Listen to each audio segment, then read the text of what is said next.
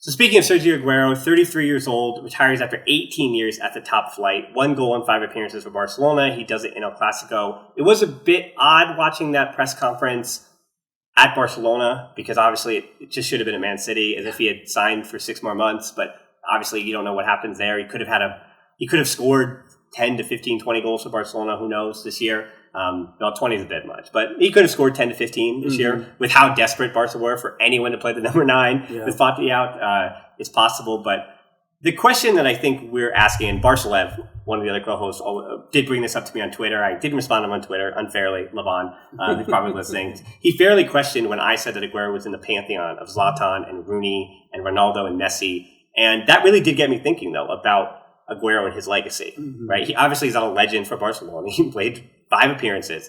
But as a player in total, because we really just focus on Barcelona, do you think Agüero doesn't get enough credit, or do you think he's perfectly aligned to where he is when we speak about him as a player? Well, he's certainly not overrated, so we can eliminate that possibility. Right. I mean, well, unless I say that he's in the pantheon of Zlatan and Ronaldo and Messi, does that overrate him? I mean, I think he's either right there or just a slight notch below. I mean, he's the all-time, if I'm correct, he's the all-time non-English goal scorer in Premier League history. And frankly, he has the most memorable goal for me of a non-Barcelona goal. No, I mean, I think that goal is the most important goal in EPL history. Against QPR. We're talking about the 2012 Man City. And you know what's funny? Agüero was 23 when he scored that goal. That's what's incredible, because he felt like he was a veteran at that time. Well, if he was 23, I mean, he had already scored 100 goals for Atletico. Exactly. I mean, so, when you see, you put it in those terms, the guy scored 100 goals for Atletico before the age of 23, goes on to Man City, becomes Man City's all-time leading scorer, I believe, right? 260 goals for Man City in almost 400 games, 184 of them coming to Premier League, 38 goals for Independiente as a teenager, debuting at 15 years old, also 40 for Argentina, being 100 cap man, 101 to be exact, and you were right, 100 exactly for Atletico Madrid and 230 appearances. So, I think bringing up Argentina is a good point, because I think Argentina is where he loses that credibility. It's where he doesn't, because he didn't help Messi the way that he was always supposed to, and I think that hurts his legacy. I also think playing at Man City certainly hurts his legacy, because as he was making his way at Man City also were, they were buying their success. So we don't have to, we could say that in that way. So I think not having the branding of Man City, also playing the EPL as a non-English speaker, really did hurt his marketability. Because if he was on every billboard in Manchester, if he was on every billboard in London, I think we would talk about it entirely. But he gave interviews in English, which he does not usually. Right. And then again, the Argentina stuff. But on the other side, if you're familiar with his personality in Spanish, I mean, he's one of the all-time likable guys, so that moves him up ahead of guys like Zlatan and Ronaldo, too. Well, he's coming for me. He's coming for us. Like, the minute he learns English, this is a wrap. No, he's an all-time great player, all-time great guy. Like I said, that goal against QPR in 2012 that clinched the Premier League is, for neutrals, I think that might be the best goal ever scored, for if you're just watching as a neutral. But like you said, at the end of the day, he's a Man City legend. He's a Premier League legend. He's not a Barca legend. He's barely even a Barca player. No one will ever associate him with Barca. So it was a little weird watching him at Camp Nou getting, I'm glad the club stepped up and gave him a nice send-off if that's what he wanted. But it's kind of weird, especially juxtaposed to how the greatest player of all time and Barca's greatest legend left over the summer.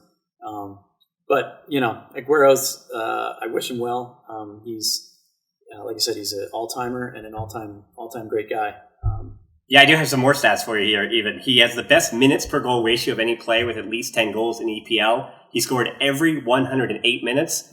And if Barca had a player who scored every 108 minutes that wasn't named Messi or Suarez, that's one of the revolving doors, too. I mean, if he takes... there's certain moments in Agüero's career, like looking back, where maybe he could have done even more than he did, where his relationship with Guardiola, where if he comes in and says, I'm the alpha here, I know you bought Gabriel Jesus, but either I start like I'm supposed to, because I'm Sergio Agüero, or you ship me off. And he goes to, Inter or Juventus, or I think at that juncture he wouldn't have come to Barca because of Suarez, even with Suarez declining. But if he had decided to be the guy and said, I'm the guy, Jesus has to sit on the bench and push Guardiola, I wonder how that ends. And I wonder where he goes after that, if he's transferred out. And then part 2 of that is, what if he had come instead of Suarez, is like the real big one. That's what I was going to say. And if the sliding doors moment is earlier in time, he leaves Atletico. Instead of going to Man City, he comes to Barcelona and plays with Messi.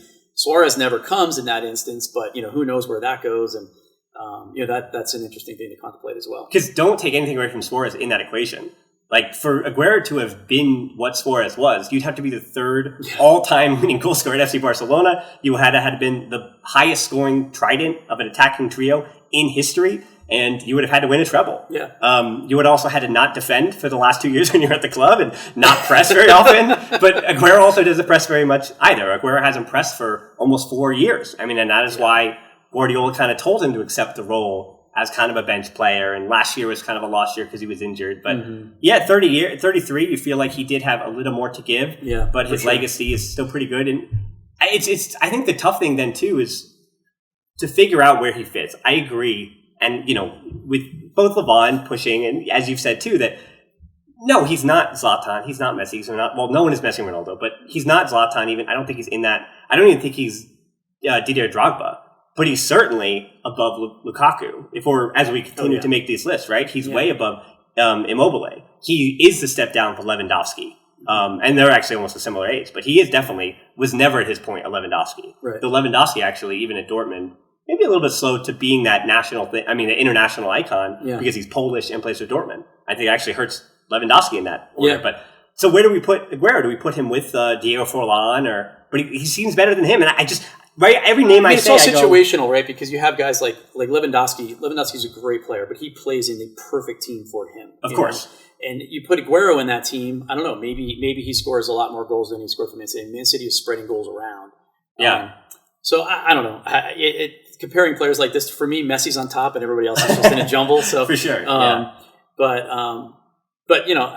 and again, like Agüero. I mean, for me, he's always going to be one of the best because I think of him of his personality as well. Sure. And I just always enjoyed him as a player. I mean, was exposed to him I think a lot more because Messi was friends with him. So as a Barcelona and a Messi fan, you sort of get exposed to Agüero even more than I would have some other random Man City player, right? And I follow Argentina, for example. So I feel like I've had a relationship with Agüero for a long, long time, even since he was at Atletico. Well, even Atleti, Diego Simeone, the Argentine, gets all the credit for it. But if you don't have Agüero, I mean, and Fernando Torres also did the whole part of it. Actually, I think I finally got there. I worked my way around. I workshopped it. I think Fernando Torres is actually the answer. Because if you're talking Spain in this generation, right, you're talking David Villa, not Fernando Torres. Yeah, Fernando Torres scored big goals, played for big clubs, had huge years. And I think that's exactly where Sergio Agüero belongs, as almost like contemporary, where you can, I'm a numbers guy. I mean, his numbers are just, you can't compete with, right?